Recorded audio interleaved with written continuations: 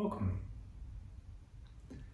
Tonight's restorative yoga and stories of resilience practice will be on MAHÀVÍRA and the first limb of yoga. Optimal props for tonight would be a bolster, a blanket, a strap, and a wall. If you don't have a strap handy, you could also just use a belt, a tie, a towel, just something to elongate your arms so that you can wrap it around your foot. Before we dive into the postures though, I just wanted to thank you for taking this time to practice yoga with me. 100% of the donations from tonight's class will go to help people who are really struggling right now in India. So your generosity is appreciated. And the teachings of yoga, as you know, originated from India. And the first limb of yoga originated, at least one aspect of it, originated with the character that we'll be examining the life story of tonight. Though he was called MAHÀVÍRA, the great hero, he was first just a man and then became the legend. But the practice he offered that has stood the test of time would be nonviolence, truthfulness, non-stealing, no sexual misconduct as brahmacharya, and non-grasping or non-greed. So we'll talk about the various interpretations of the first limb of yoga and, more importantly, the practical application of it in your life as a means of reducing the causes of suffering for yourself and others and creating the space, the optimal experience for you to be genuine and to bring out the best in yourself and others in this life while it's here. So if you have the props that you need to practice, we're going to start in a posture called Viparita Karani Mudra, also nicknamed the Stairway to Heaven. As a restorative posture, you may want to have a bolster or a blanket to place underneath your pelvis. If you're using a bolster, I'll recommend putting it about an inch or two away from the wall. And then the easiest way to get into it is to sit on the edge of the bolster and roll over onto your back so that you're pretty close to the wall where you can set things up enough to let go of all of your muscular tension and be comfortable enough to be still. We're going to aim to be here for about 8 minutes, so feel free to make adjustments whenever you need to, or even come out entirely if you need a break. Some of the most common adjustments needed for the lower back in this posture might be to adjust the tilt of the pelvis. You can do this mildly right now from tilting the top of your pelvis forward like a cow or back like a cat. And if you need it consistently one way or the other, for like a cow, you can sink your tailbone between the bolster and the wall and get that interior tilt fairly effortlessly and relax. But things might change, and if you need it to tilt backward like a cat, this is only for people with chronic lower back pain or acute. You may need to scoot away from the bolster so that your pelvis will posteriorly tilt and you can relax and get some relief. The main goal of having your legs upside down for the next 8 minutes or so is to help improve circulation immediately in the veins and over time, the arteries. During this time, I'll encourage you to help your body and your mind settle into a calm stillness by directing your breath to be a little bit longer than usual through the nose if possible on the exhales, and softer than usual.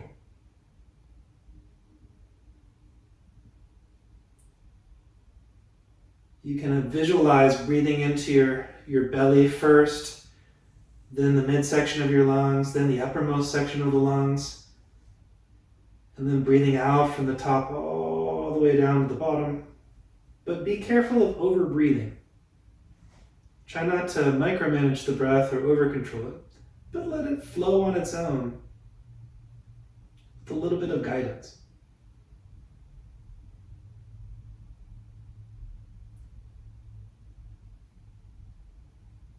This breathing technique is called Dirgha Sukshma, long, gentle breathing. Sometimes your exhales will last 20 seconds, sometimes 5. That's fine. But however long your exhales happen to be, try to allow the following inhales to be a similar length.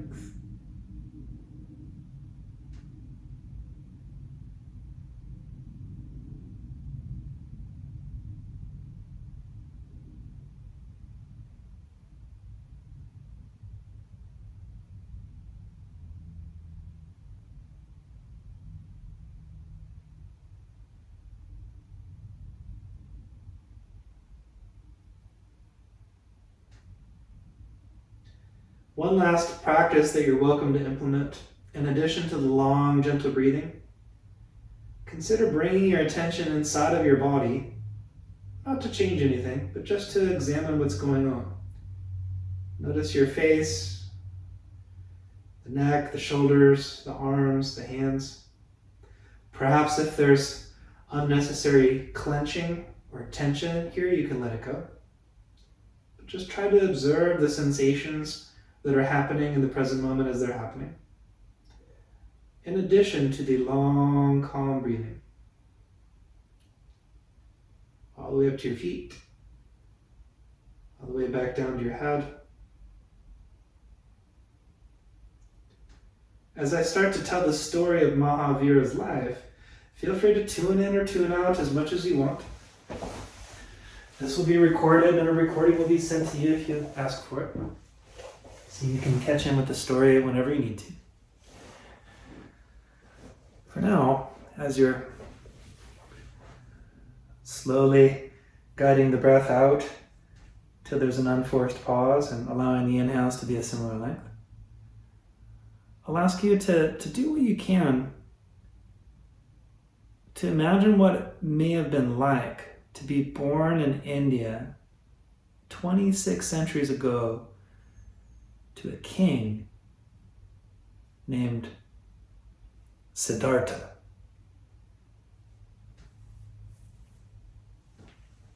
King Siddhartha, or Siddhartha, and his wife Trishalya gave birth to a son, their third child, but their son that they had hoped to be the king someday.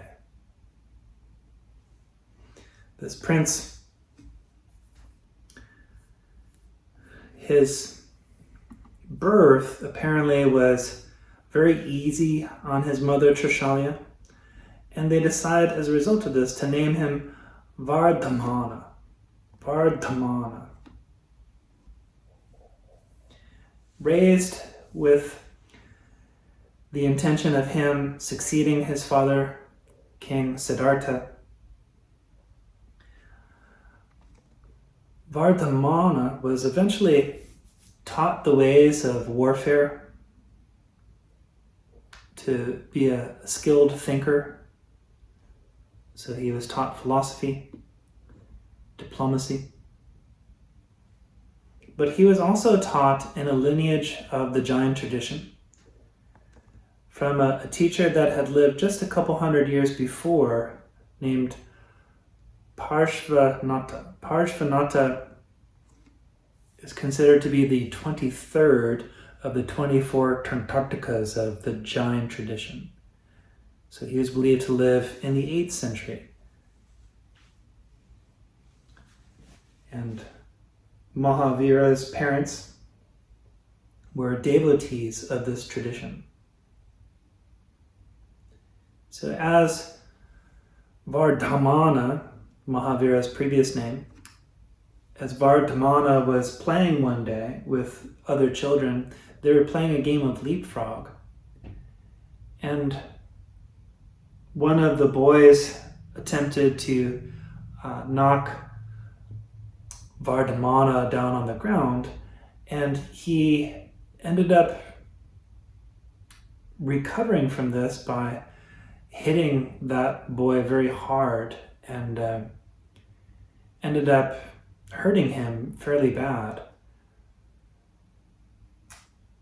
And this made an impression on Vardhamana. Though he was taught the art of war and to win a battle, when he hurt his childhood friend, it hurt him to see him in pain.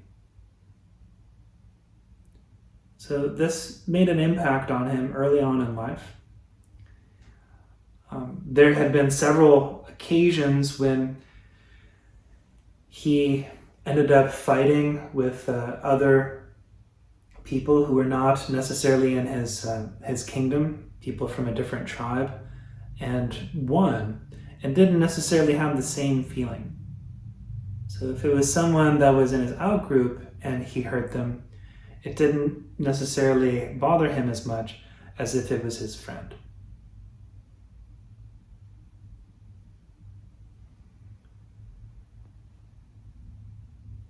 Eventually,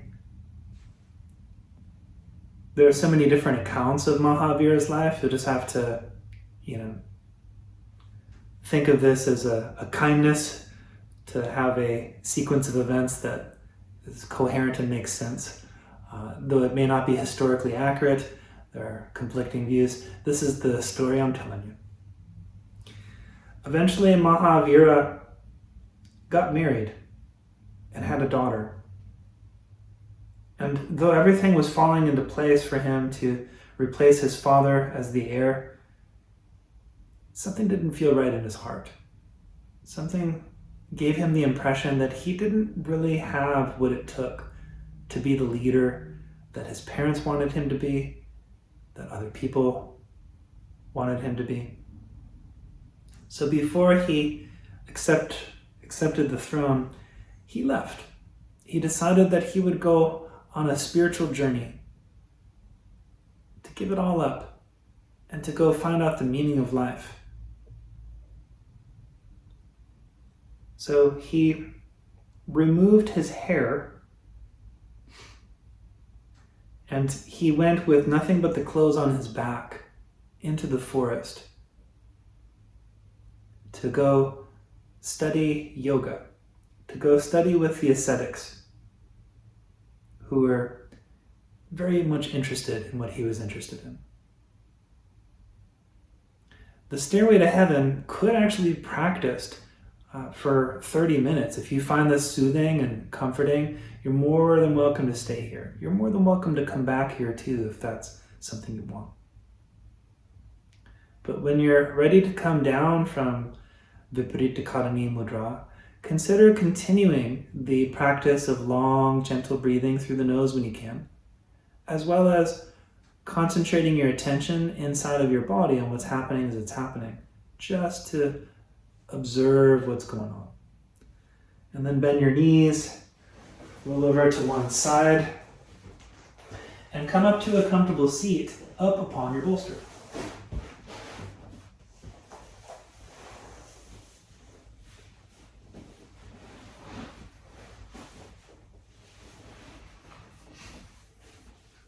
In Sukhasana, you are welcome to place a blanket underneath your ankles or your knees for extra cushion, but allow your seat to be a little higher than your knees.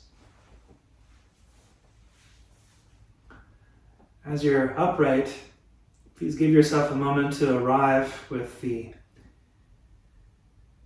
change in gravity for your nervous system. And then we're going to move the spine just a little bit. So please continue the long, gentle breathing and consider just lifting your arms to the length and time it takes to inhale, flipping your palms to face each other as they get past the shoulders.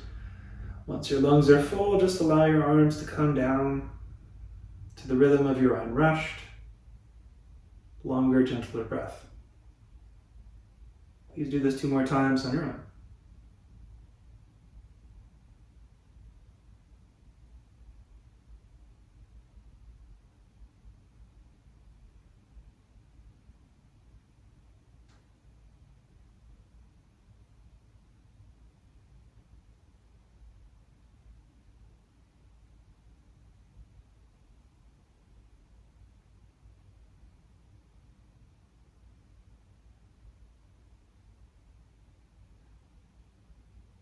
Try to notice the subtle sensations as you inhale the arms up one more time. But this time as you exhale, twist to your left and allow your right hand to eventually land upon your left knee with your left hand somewhere behind you, perhaps on the bolster, on your back, fingertips on the floor, wherever makes sense. But then for 2 long, gentle breaths, sit up tall here without clenching. And try to rotate your spine to the left, pain-free. And then breathe deeply again. Try to fill your lungs from the top down so that your belly moves, and then empty your lungs from the bottom up to the top. See how much your spine can rotate, pain-free. And then when you're ready to move again, you inhale the arms back up overhead in the middle. And exhale to the right in a similar fashion.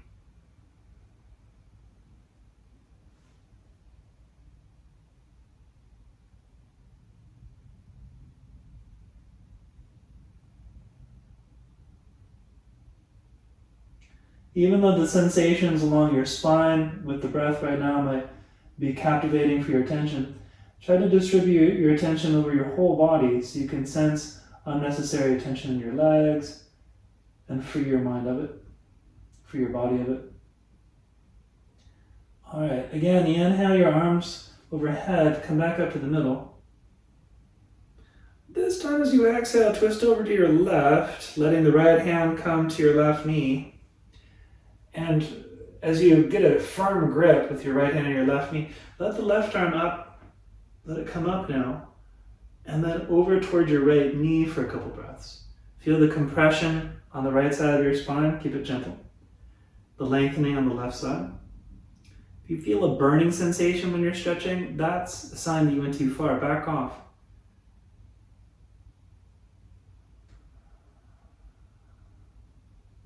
And then see if you can continue the long, gentle breathing in the shape,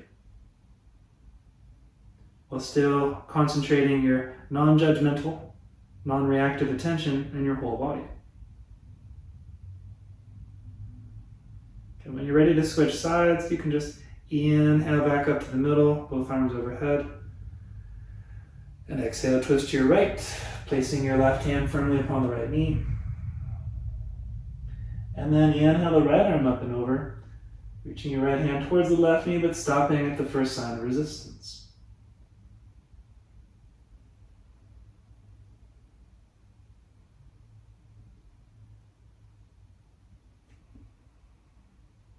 Whether you visualize your lungs filling from the bottom up to the top, or the top down to the bottom, just try to keep it slow and gentle.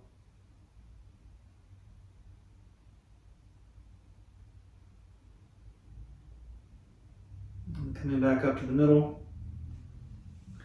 Please just rest your arms and prepare for our next restorative posture. This one is called the sleeping butterfly. So if you put your bolster on one side of your mat, you can just get next to your bolster. You don't actually have to touch your lower back with the bolster. Maybe about a hand's width is ideal. But eventually lie your upper body onto the bolster so that your head and your rib cage are supported by it. If you need extra support, for example, some people, their neck may require extra support, put the blanket like a pillow at the top of the bolster so that you can rest your upper body as much as possible. And then with the palms facing up, arms about 45 degrees, try tucking one shoulder blade at a time towards the middle. It's really the bottom of the shoulder blade that will move, just a little towards the middle, and then you can let go, and it'll be a gentle opening here. We'll call this the reclining caterpillar.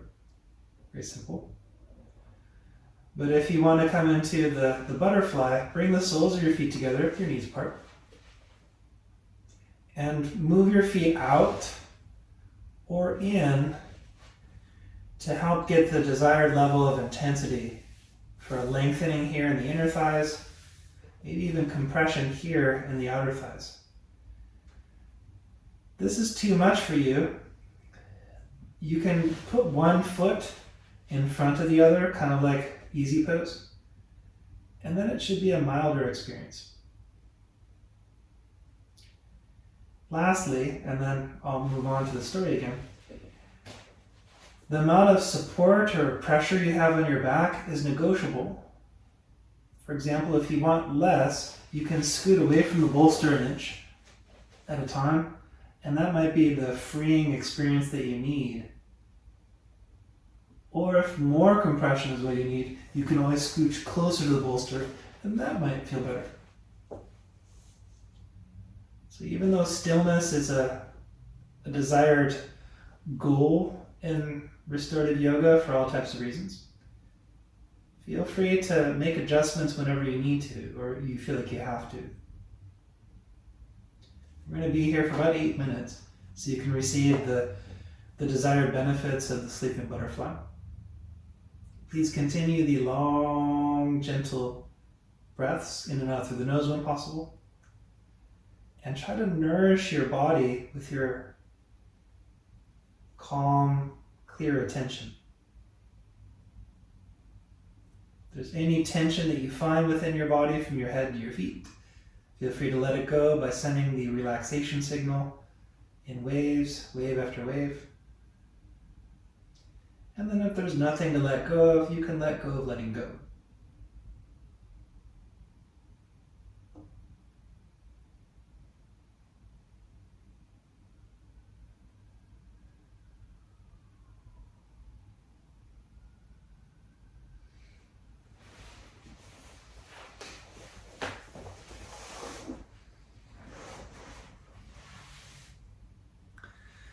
MAHԱVÍRA, at this point, started studying with ascetics who were teaching different types of asceticism. Some were teaching meditation, some were teaching fasting, some were just not sitting down for like years. And they all have these different approaches of austerity, but he didn't necessarily seem to jive with any of them. For example, in one, he was taught to meditate, to sit underneath a shala tree. And while he was meditating in the forest, there was a band of, a tribe that happened to walk by, and they noticed him, and they recognized him. They're like, oh, that's King Siddhartha's son. And I remember when I was telling you about how he would use his warfare to beat up people outside of his group, and he didn't feel the same kind of remorse. Well, they chose to get him back. So a tribe of his former enemies found him, and now that he was no longer under the protection of the king, they decided to repay his kindness by beating him within an inch of his life. Not only did they beat him and kick him multiple times, but they took his clothes. So he was completely naked and barely alive.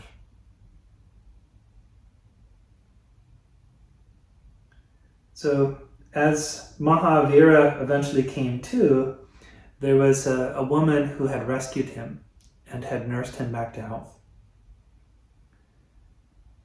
And though she had clothed him, he explained that he was an ascetic and he was on a journey to find out the meaning of life so that he could be a qualified leader for his people. And though he appreciated the help, he gave her back the clothes and decided to just go naked from then on.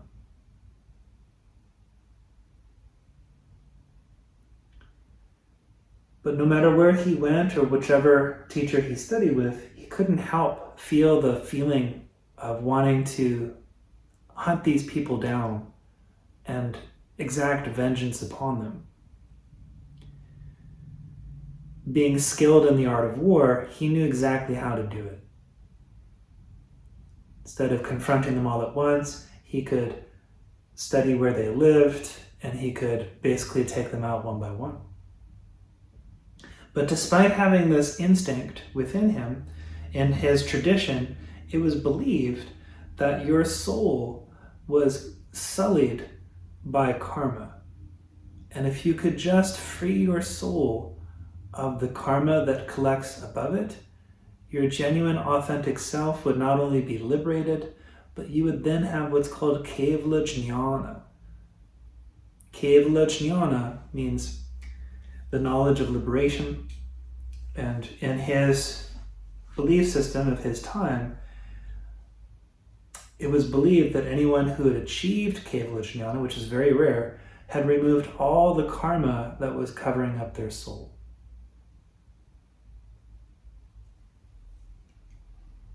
So though he felt the strong desire to exact vengeance upon these people, he decided to firmly commit to the ahimsa, the non-violence that he was taught. And anytime the thought came to act on his desire to repay vengeance, he practiced the asceticism of preventing that thought from going any further. He stopped it in its tracks and decided that he would focus on more important things.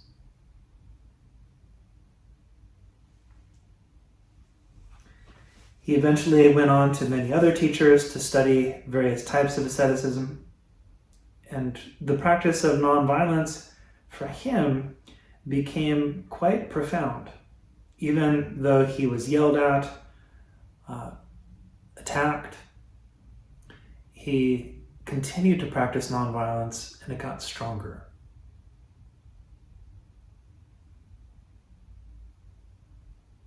In one story, while he was sitting in meditation, someone apparently came up with a sharp piece of grass and stuck it into his ear, which must have been very painful. But he just sat there and did not fight back or even take the grass out. Eventually, someone saw him with the sharp piece of grass and removed it for him, and was amazed that he was not crying or in pain or even flinching.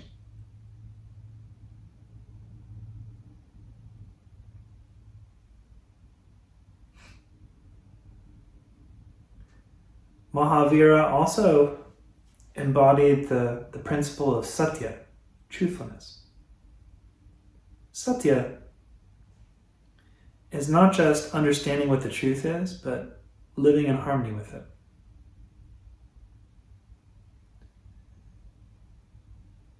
Expressively, it means not saying anything that is untrue.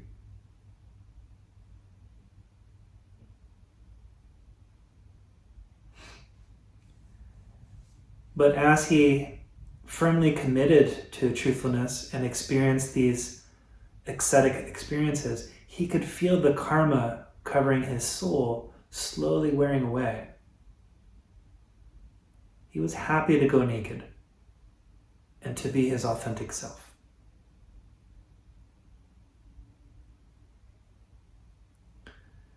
Another embodiment of yama, the practice that he was born into, that he grew up with, that his parents had learned from the tradition of Parshvanatha, was asteya. Asteya meant on stealing. So he never took anything that wasn't given to him, and always made an extra effort to respect other people's space, other people's time, other people's boundaries.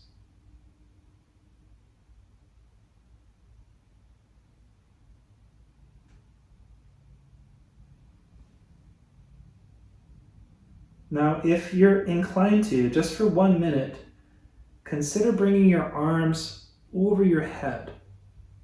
Bring your arms over your head and try to rest your hands on the bolster if there's room.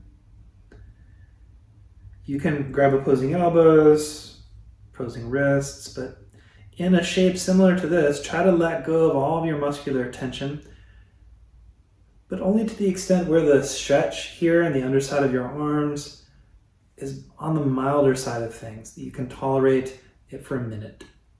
Long, gentle breathing. And stable, concentrated, non-reactive attention inside of your body.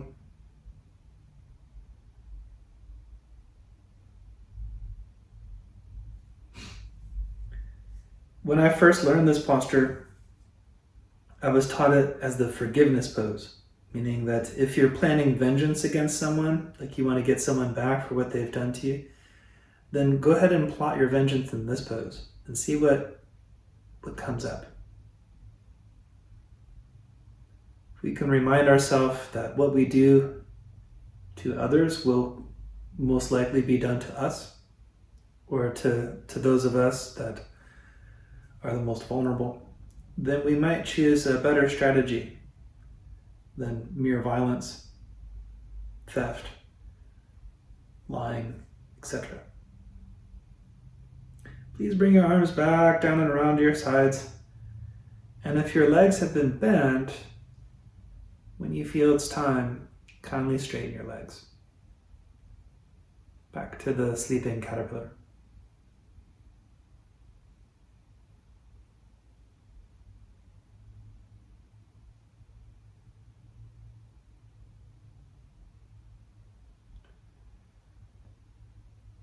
If you're ready to come up out of the sleeping caterpillar, you might be comfortable enough just using your abdominal strength in your arms to lift straight up, but it might be better to just roll over to one side, take your time, and use your top arm to help lift your body back up.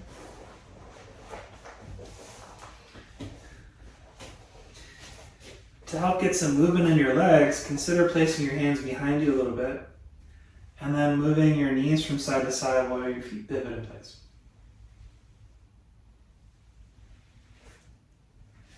The windshield wiper, try to move playfully back and forth without clenching too much, just to get some energy moving through your hips, your legs, your upper body.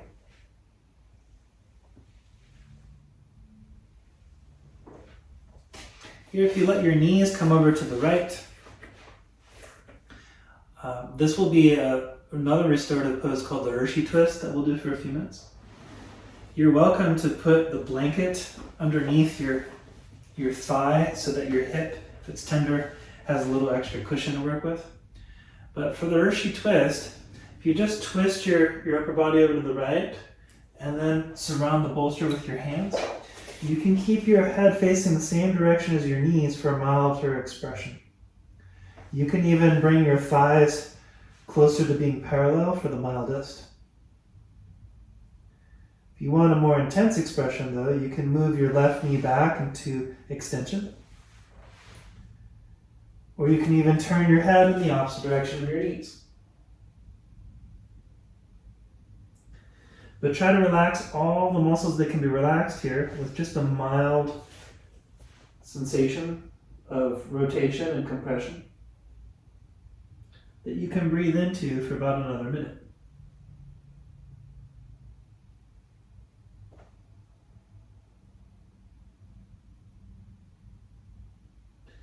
The fourth of the values that MAHÀVÍRA grew up with was a parigraha.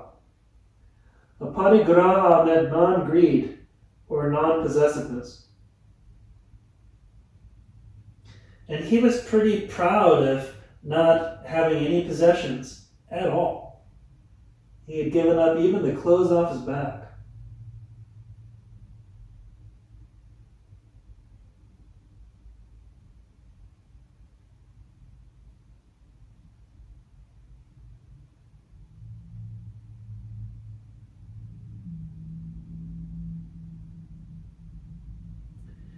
Feel free, if you need more support, to move closer to the bolster. Or if you want less, you can move away from the bolster. But try to give yourself 2 more long, gentle breaths in the Urshi twist.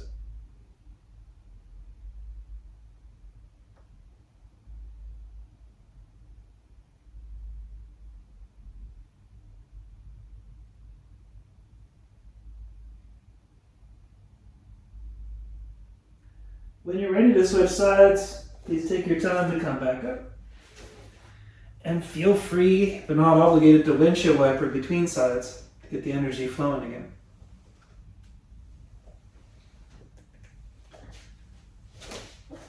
So the Urshi twist, if you're upright, it looks like this, but the restorative version is where you rest on the bolster, can range from mild to medium to intense.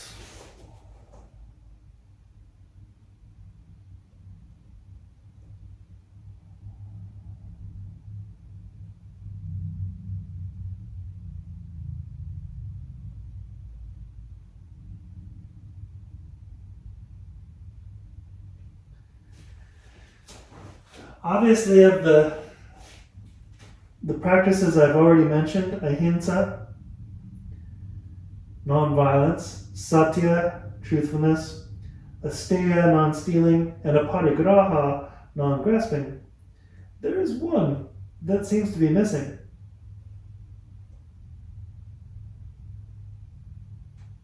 And it is this one that MAHÀVÍRA is credited with introducing, that completed the first limb of yoga.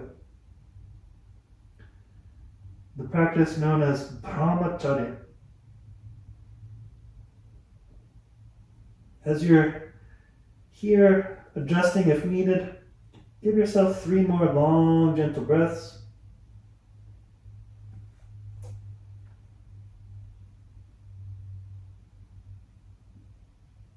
Freeing your body of unnecessary tension whenever possible.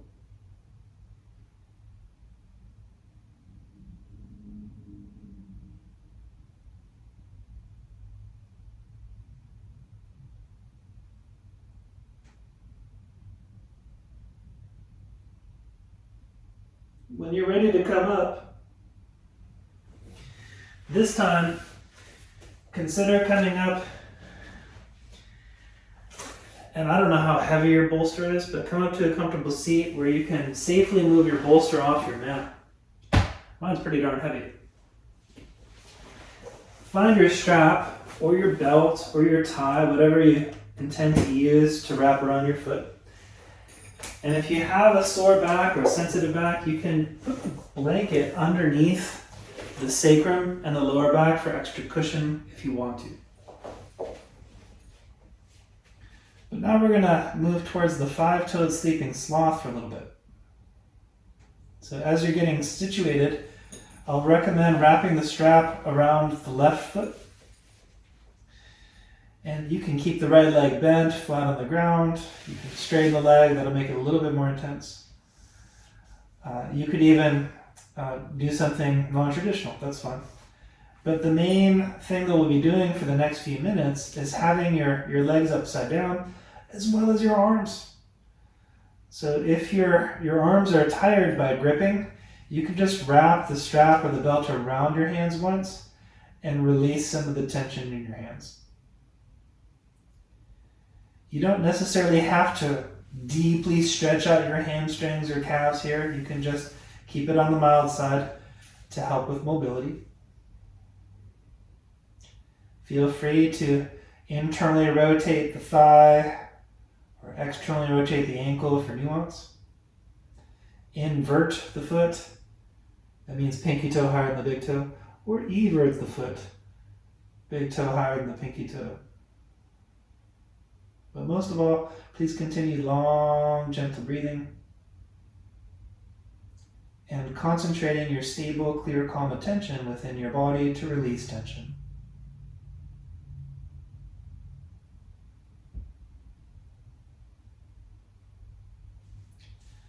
So the practice of brahmacharya, as MAHÀVÍRA taught it, was the practice of no sex whatsoever.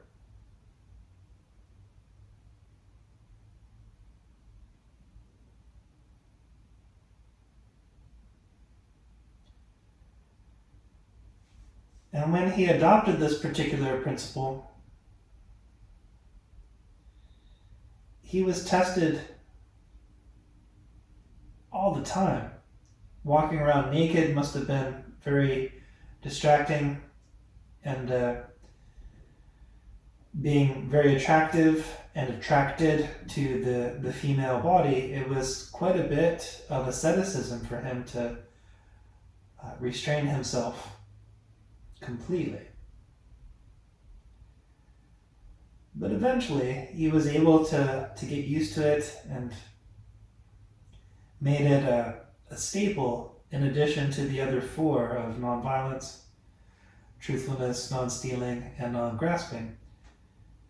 No sexual contact whatsoever was how he interpreted or taught brahmacharya.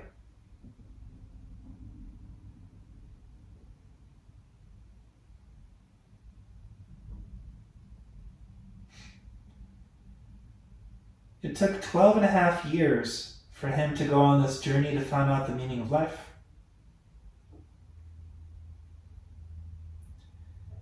If your arms are getting tired, try this. Hand both halves of the strap over your left hand and just let your right arm relax completely as you bring your left leg out to the left and explore whatever sensations come up in the left leg as you move your foot towards your head for more of a stretch or further away for less. You can even externally rotate the thigh, internally rotate the ankle, invert, or evert the foot. Please continue the long, gentle breathing and keep your concentration of attention inside your whole body, not just your left leg. As you relax your right hand, see what you can do with the strap in your left hand to avoid overexertion or cutting off circulation.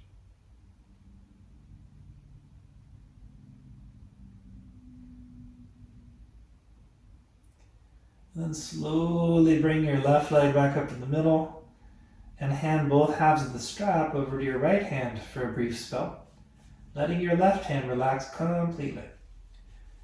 You can wrap the strap around the right foot if you want, but this time, consider just moving your leg to the right a little bit, noticing the first sign of resistance. You can always cat-cow tilt the pelvis for nuance. But if you invert the foot, pinky toe higher than the big toe, this is likely to bring about a lengthening in the outer ankle, the outer lower leg. You can bring the foot towards your head for more of a stretch, but you might need less actually. Listen to your breath. Use your best judgment.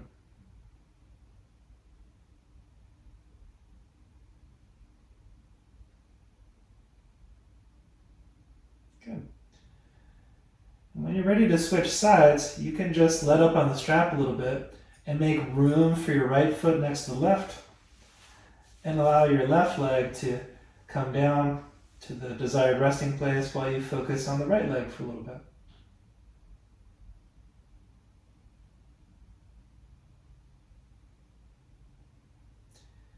Holding onto the strap or wrapping the straps around your hands, just going to try to keep the arms upside down for a few minutes. Feel free to move your foot to the left or the right, forward or back, and continue the long, peaceful breathing, mindfulness of sensations.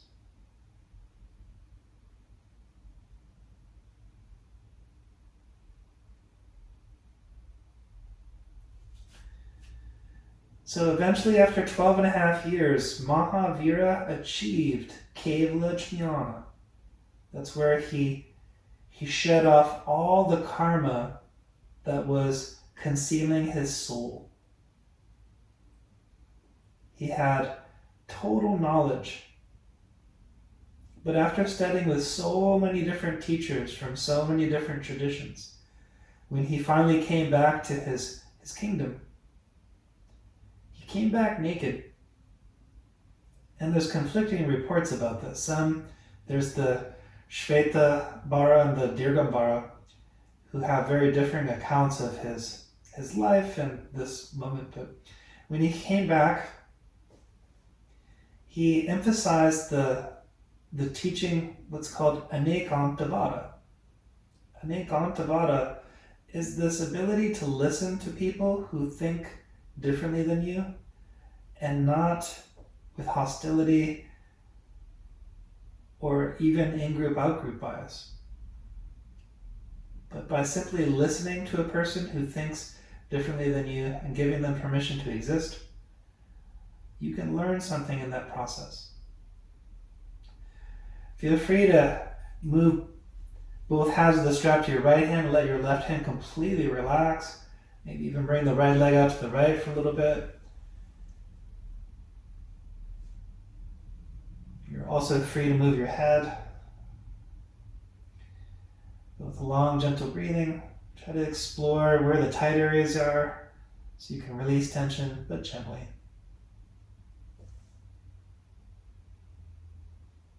MAHÀVÍRA means a tolerance of multiple perspectives.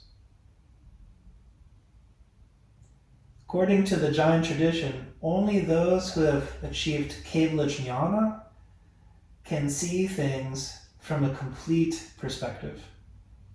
But for the rest of us who still have karma, our perspective is only partial at best and incomplete. So he taught everyone, if you want to achieve Kevala Jnana, practice MAHÀVÍRA, tolerance. When you're ready, consider slowly lifting your right leg and handing both halves of the strap over your left hand so your right hand can relax completely.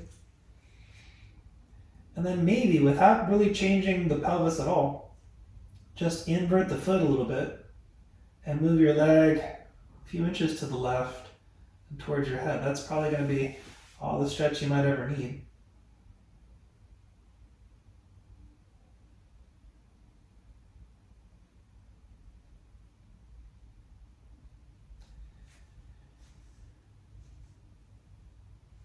And then he introduced brahmacharya. This was something that apparently was not a part of the tradition that he inherited, but his contribution to the first limb of yoga. And for people who are ready to become full-on monks like him, no clothes, that was a welcomed practice that seemed to work just well, just fine. But for people who were inspired by Mahavira's liberation, but not quite ready to give up all their responsibilities or to give up living in the world, he taught brahmacharya as no sexual misconduct. Please relieve your right leg to the ground and set the strap aside for a moment. Before we go into our final resting pose, Shavasana, just let things settle for a bit so you can observe the obvious as well as the subtle sensations.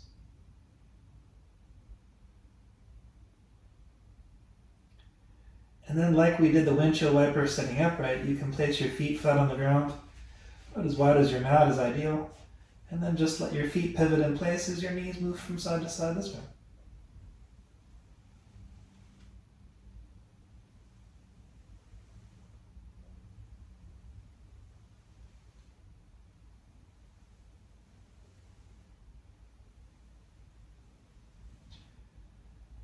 When you're ready for Shavasana, consider placing the bolster underneath your knees, and this will allow your lower back to get a little space for better circulation.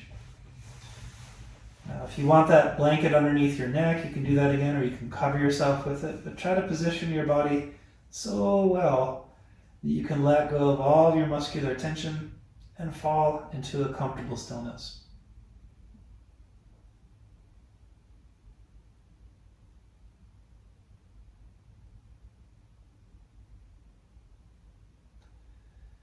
For one more minute, I'll encourage you to continue the long, dirgha, but subtle and gentle breathing, sukshma. And maybe concentrate your attention a little bit more now on just your head, and from one side of your body, try to scan to the other side for any tension that can be released from your forehead, temples, the eyes, the ears, the nose, the cheeks, the lips, the the teeth, the palate, the tongue, the jaw, the neck, shoulders, the upper arms, the elbows, forearms, wrists, thumbs, palms, and individual fingertips, the chest and the upper back, the abdomen and the lower back, pelvis, front and back, hips, the thighs, the knees, the shins and calves, the ankles, and the feet, all the way down to the individual toes.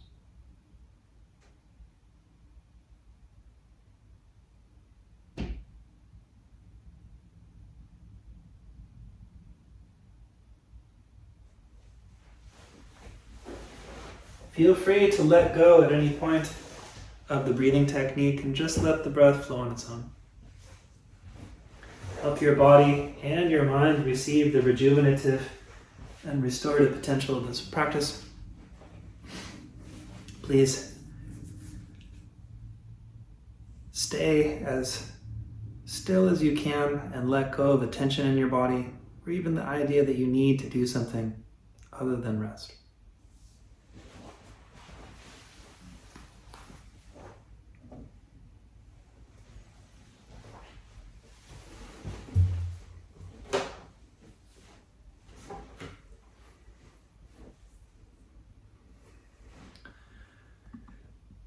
MAHԱVÍRA went on to teach the 5 practices that we now know as the first limb of yoga for 30 years. He lived to be 72 years old before he achieved what is also called nirvana, where after giving a 6-day-long teaching, he eventually left his body. It was believed that people who had achieved Kevalajnana, when they died, their body just evaporated and all that was left was their nails and their hair. So, as the story goes, after he died, they cremated his nails and hair. And he was considered to be the 24th of the 24 Trandantakas in the Jain tradition. Some consider he's the founder of the tradition, but he's really just the last of the 24 teachers that shaped that tradition. And if you want to understand the origins of ahimsa, nonviolence, that is definitely the place to look. He was very clear. Do not injure, do not enslave, do not harm another living being. So as you rest, I'm going to share with you the first limb of yoga that I put to music.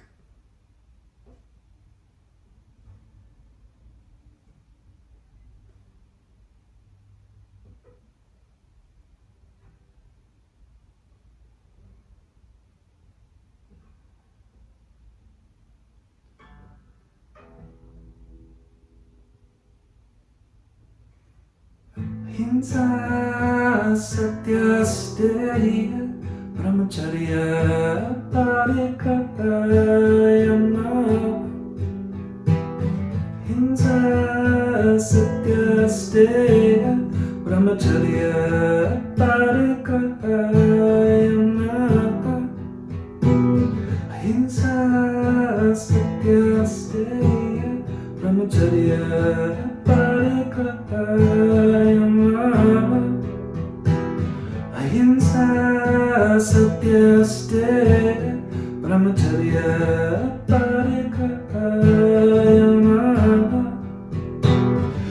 Ahimsa satya steya brahmacharya parikatayana. Ahimsa satya steya brahmacharya parikatayana.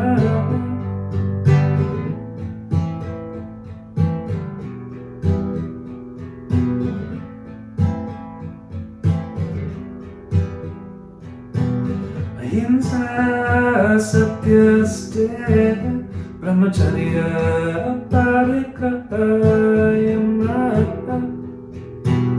Ahimsa Satya Brahmacharya Parikayana Hinsa Satya Brahmacharya Parikayana Hinsa Satya Brahmacharya Parikayana.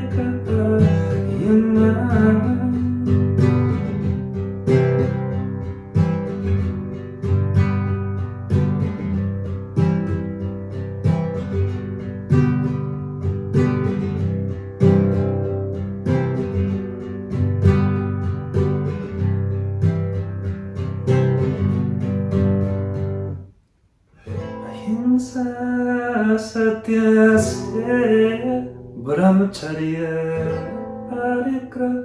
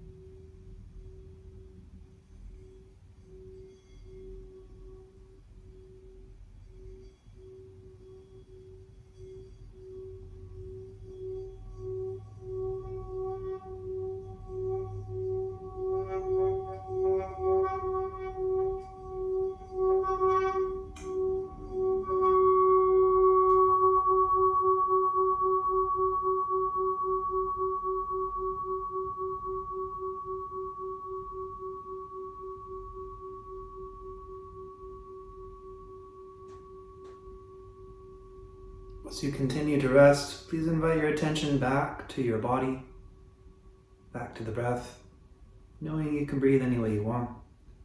Feel free to move your fingers and toes and animate your body as you wish on your way back up to a comfortable seat.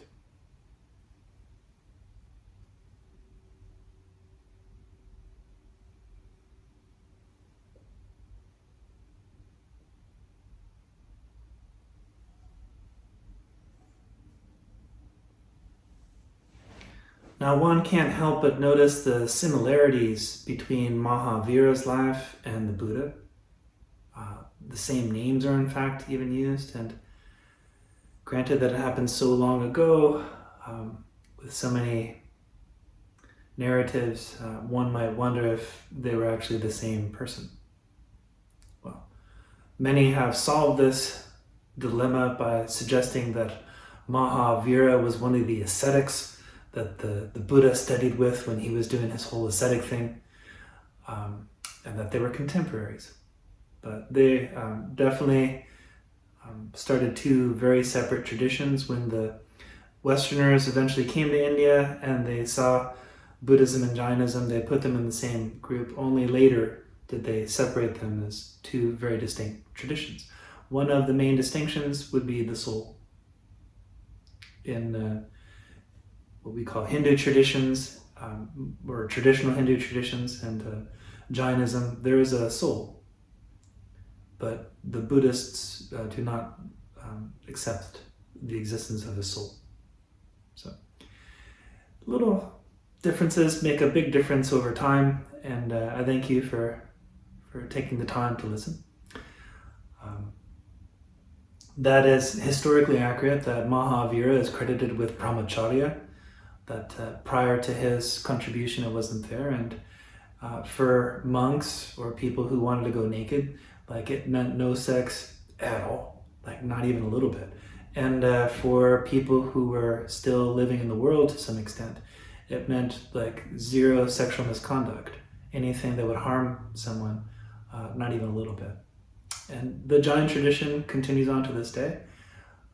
About 4/5 of the Jains in India today wear clothes. In fact, you might not even realize that they're Jains unless you ask them. They practice a parigraha rather than going without possessions.